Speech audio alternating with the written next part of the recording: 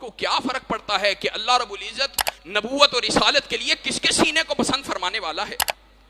لیکن یہ قوم اتنی ظالم، اتنی بدبخت، اتنی معاند، اتنی شریر واقع ہوئی ہے کہ اللہ کے رسول جناب محمد رسول اللہ صلی اللہ علیہ وسلم کو ان کی نشانیوں کے ساتھ پہچاننے کے باوجود ان سے بغاوت، ان سے عداوت، ان سے بغض اس کا اعلان کر رہی ہے. اللہ رب العزت نے قرآن مجید میں فرمایا وَلَمَّا جَاءَهُمْ كِتَابٌ مِّنْ عِنْدِ اللَّهِ مُصَدِّقٌ لِّمَا مَعَهُمْ وَكَانُوا مِن قَبْلُ يَسْتَفْتِحُونَ عَلَى الَّذِينَ كَفَرُوا فَلَمَّا جَاءَهُمْ مَا عَرَفُوا كَفَرُوا بِهِ فَلَعْنَةُ اللَّهِ عَلَى الْكَافِرِينَ.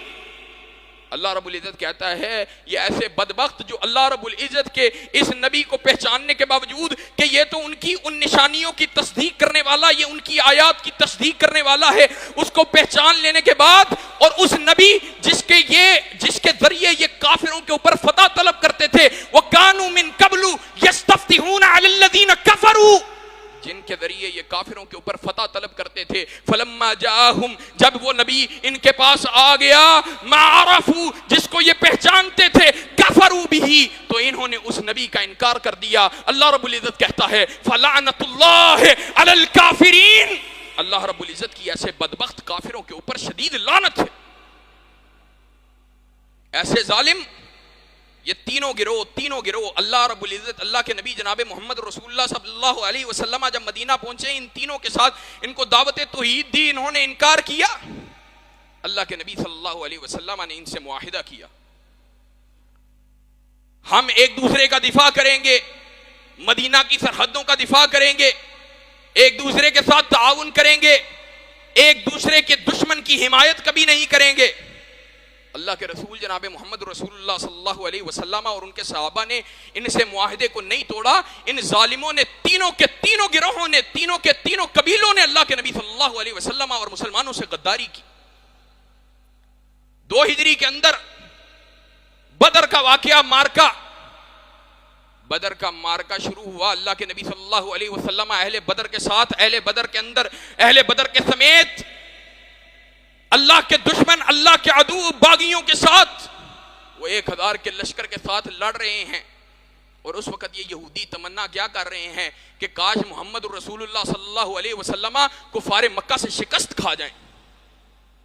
آپ کا حلیف ہو، آپ نے اس سے صلح کا معاہدہ کیا ہو، امن کا معاہدہ کیا ہو، اور وہ آپ کے بارے میں یہ نیت رکھتا ہو کہ آج رسول اللہ صلی اللہ علیہ وسلم بدر سے وہ شکست خوردہ لوٹے، شکست کھا کے لوٹے، فتح یاب ہو کر نہ لوٹیں.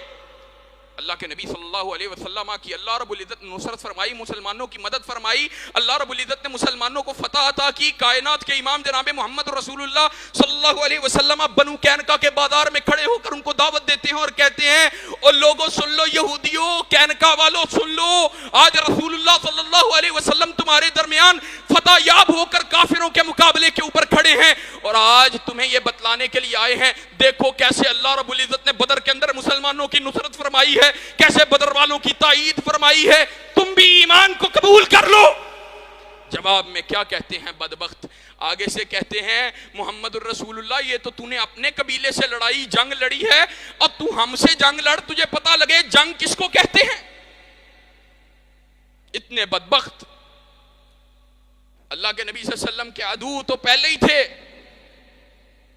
دشمن تو پہلے ہی تھے، لیکن بدر کے مارکے میں غلبہ حاصل ہونے کے بعد مسلمانوں سے مزید حسد اور بغض اور عداوت ان کے سینوں میں داخل ہو گیا. 2 ہجری کو، اسی 2 ہجری کو ایک خاتون کینکا کے بازار کے اندر ایک سونار کے پاس کسی مسلمان خاتون کسی ضرورت اور حاجت کے لیے تشریف لے جاتی ہے. اس نے کوئی چیز خریدنی ہوگی، وہ جا کر اس سے سوال کرتی ہے. یہودی اس کو کہتا ہے اپنے چہرے سے نقاب کو ہٹاؤ، حجاب کو ہٹاؤ. وہ مسلمان عورت انکار کرتی ہے، کہتی ہے میں حجاب کو، میں پردے کو کیوں ہٹاؤں. اس کو ظالم بدبخت کو اپنے دوستوں یاروں کے ساتھ بیٹھا جس کے اندر عداوت اور بغض پہلے سے بڑھ چکا ہے، وہ اس کو شرارت سوچتی ہے. وہ مسلمان عورت کے کپڑے کو پیچھے سے کچھ اس طرح باندھتا ہے کہ جب وہ مسلمان عورت کھڑی ہوتی ہے تو اس کا سطر ظاہر ہو جاتا ہے. اس کا سطر ظاہر ہوا. اس نے چیخو پکار کی، اس نے آوازیں لگائیں، مسلمان ایک پاس سے گزر رہا تھا، اس کو ماجرا سمجھ آیا، اس کو غصہ آیا، مسلمان غیرت والا ہوتا ہے، اس نے اس یہودی کو قتل کر دیا۔ وہ یہودی قتل ہوا، اس کے یاروں نے اس مسلمان کو شہید کر دیا۔ نبی کریم جناب محمد رسول اللہ صلی اللہ علیہ وسلم ان تک بات پہنچتی، اور کون کائنات کا امام جو اللہ رب العزت کے بعد ساری کائنات میں سب سے زیادہ غیرت والا تھا، وہ غیرت والا نبی، اس کو غیرت آئی کہ انہوں نے ظالموں نے مسلمان عورت کے عزت کے اوپر ہاتھ ڈالنے کی کوشش کی۔ کہتے ہیں آؤ میرے صحابہ آ جاؤ، بنو قینقاع انہوں نے حد کو کراس کر دیا، ہم بنو قینقاع کا محاصرہ کرنے کے لیے جا رہے ہیں۔ اللہ کے نبی اپنے صحابہ کو لے کے بنو قینقاع کا محاصرہ کرنے کے لیے جاتے ہیں۔ ان کا 15 دن اللہ کے نبی صلی اللہ علیہ وسلم نے محاصرہ کیا، اور جب 15 دن محاصرہ کرنے کے بعد ان لوگوں نے اللہ کے نبی کو خط لکھ کے بھیجا، اللہ کے رسول جو آپ ہمارے بارے میں فیصلہ کرتے ہیں ہمیں منظور ہے، ہماری بس ہو گئی ہے۔ عبداللہ بن امی کے اصرار کے اوپر اللہ کے نبی صلی اللہ علیہ وسلم نے انتہائی نرم فیصلہ ان کے بارے میں یہ کیا۔ اللہ کے نبی صلی اللہ علیہ وسلم نے فرمایا کہ آج کے بعد کوئی قینقاع قبیلے سے تعلق رکھنے والا مدینہ کے اندر موجود نہیں رہے گا، سارے چھوڑ جاؤ مدینہ سے نکل جاؤ۔ اللہ کے نبی صلی اللہ علیہ وسلم نے ان کو مدینہ سے نکالا۔ اب 4 ہجری میں ایک مسلمان نے مشرکین کے 2 لوگوں کو قتل کیا جن سے صلح کا معاہدہ تھا، جن سے امن کا معاہدہ تھا۔ اور یہ بات یاد رکھیں، کافر کے قتل کرنے پہ مسلمان کو قتل کیا جاتا، کافر کے قتل پہ مسلمان قتل نہیں کیا جا سکتا ہے، اس کی دیت دی جا سکتی ہے۔ اگر کافر حربی نہ ہو اور کوئی مسلمان اس کو قتل کر دے جس سے صلح کا امن کا معاہدہ ہو یا ذمہ ہو، اس کو اس کے بدلے کے اندر مسلمان کو قتل نہیں کیا جائے گا بلکہ دیت دی جائے گی۔ اللہ کے نبی صلی اللہ علیہ وسلم کے بنو نذیر والے حلیف تھے، اللہ کے نبی صلی اللہ علیہ وسلم ان کے پاس گئے کہ ہم نے اس مسلمان کی دیت دینی ہے، ہمارا آپس میں صلح کا معاہدہ ہے، ہمارے معاہدے کا یہ باتیں حصہ ہیں، تم بھی اس دیت کے اندر حصہ ڈالو۔ ویسے بدبخت انہوں نے حصہ کیا ڈالنا، کہتے ہیں ہاں محمد صلی اللہ علیہ وسلم ہم جو ہے وہ دیت کے اندر ضرور حصہ لیتے ہیں، سائیڈ پہ ہو کے ہمیں مشورہ کر لینے دیجئے۔ وہ مشورہ کرنے کے لیے سائیڈ پہ ہوتے ہیں اور اپنے ساتھیوں کو کہتے ہیں جاؤ تم میں سے کوئی ایک اوپر جاؤ، یہ تو بڑا اچھا موقع آیا ہے، محمد رسول اللہ صلی اللہ علیہ وسلم بے دہانی کے اندر بیٹھے ہوئے ہیں، جاؤ تم میں سے اوپر سے کوئی شخص جا کر ان کے اوپر چکی کو گرا دے، محمد رسول اللہ صلی اللہ علیہ وسلم کو شہید کر دے۔ ایسے بدبخت جبریل امین آئے، اللہ کے نبی صلی اللہ علیہ وسلم کو بتلایا، اللہ کے نبی ان کا ارادہ اچھا نہیں ہے، آپ یہاں سے اٹھ جائیے۔ ابو بکر علی رضی اللہ تعالی عنہما اللہ کے نبی کے ساتھ موجود ہیں، اللہ کے نبی صلی اللہ علیہ وسلم ان کو لے کر واپس آتے ہیں۔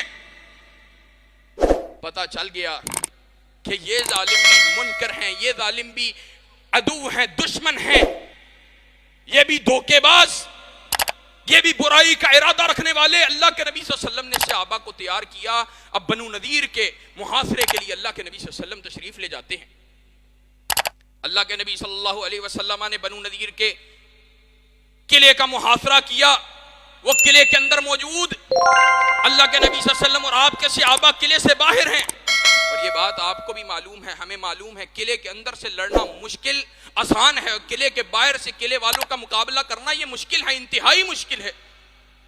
اللہ رب العزت قرآن مجید کے اندر ارشاد فرماتا ہے ما ظننتم ان یخرجوا وظنوا انہم مانعتهم حصونہم من اللہ، کہا اس وقت مسلمان یہ گمان کر رہے تھے کہ یہ کافر یہ تو کبھی بھی اپنے قبیلے سے باہر، اپنے قلعے سے باہر نہیں نکلیں گے، اور اندر بیٹھے کافر بھی یہی گمان کر رہے تھے کہ اللہ کا عذاب اس سے یہ قلعے کی دیواریں ہمیں یہ ہمیشہ بچا کے رکھیں گی۔ پھر اللہ رب العزت کیا کہتا ہے فَآتَاهُمُ اللَّهُ مِنْ حَيْثُ لَمْ يَحْتَسِبُوا، اللہ رب العزت پھر کافروں کے پاس وہاں سے آیا جہاں سے وہ گمان بھی نہیں کر سکتے تھے۔ وَقَذَفَ فِي قُلُوبِهِمُ الرُّعْبَ، اللہ رب العزت نے ان کے سینوں کے اوپر رعب کو نازل کر دیا، دبدبے کو نازل کر دیا، ہیبت کو نازل کر دیا۔ اور اللہ رب العزت کون ہے؟ اللہ کی ذات تو وہ ذات ہے جو صرف مسلمانوں کے سینوں کا حکمران نہیں بلکہ کافروں کے دلوں کا بھی حکمران ہے۔ اللہ نے جب کافروں کے دلوں کے اوپر روب نازل کیا بنو نذیر والوں کے اوپر، انہوں نے خط لکھ کے بھیجا، اللہ کے نبی جناب محمد